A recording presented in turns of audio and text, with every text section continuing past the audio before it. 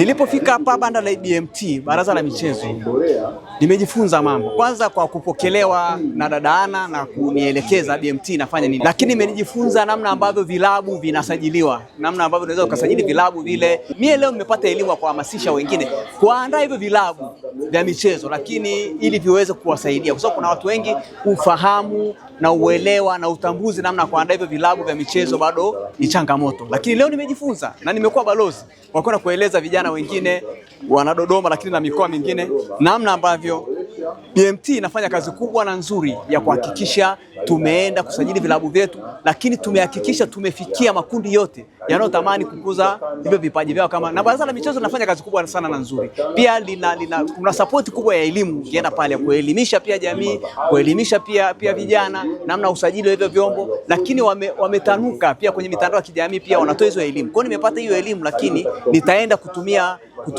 elimu hiyo niliyoipata kwenda kuwa balozi wa lile ambalo umelifanya. Kwa hiyo nipongeze maonesho ya BMT, kazi kubwa mlioifanya, lakini huduma niliyoipata nzuri kwa namna ambavyo mmenihudumia. Shauri pia tuandae hata wiki lingine katikati ya mwaka. Tunaweza tukana wiki moja la BMT, tukaandaa tukaenda mikoa ya kanda kule, tukaongea na watu kule. Watu wengi wapo wanataka kuifikia BMT. Sasa BMT inaweza labda Dar es Salaam, Dodoma, mtu yuko Mtwara, wapi. Kwa wale maafisa utamaduni kule na maafisa gani, tukiorganize tukaangalia tuna ka wiki au siku mbili za tukakutana tukazungumza, tutakutana na vijana wengi na BMT itazidi kuwa bora zaidi.